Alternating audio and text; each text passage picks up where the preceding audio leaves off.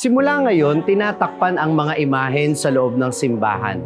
Paalala ito sa atin na kapag tayo'y nagkakasala, hindi rin natin nakikita ang kadakilaan ng Diyos. Hindi nga ba kapag tayo ay nabubulag ng kasalanan, nakakalimutan natin na palagi natin kasama ang Diyos. Parang namamanhid ang ating konsensya, hindi natin siya nakikita. Paalala din ito sa atin na sa pagpapakasakit ng ating Panginoon, pansamantalang natago ang kanyang kadakilaan. Hindi para mawalan tayo ng pag-asa, kundi para ipaalala na siya'y karamay natin sa hirap at dusa.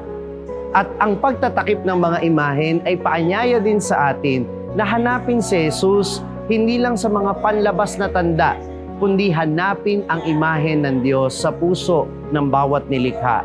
Tayo ay nilikhang kawangis ng Diyos, hindi ba?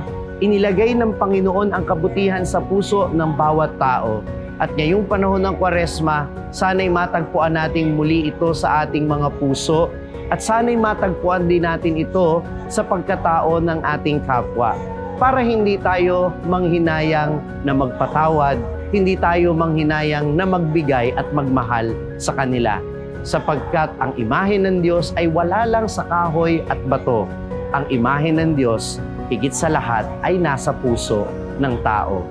Ngayong mga nalalabing araw ng Kwaresma at patungo sa mga mahal na araw, makita nawa natin sa pagpapakasakit ng ating Panginoon ang muling pagkabuhay na naghihintay para sa ating lahat.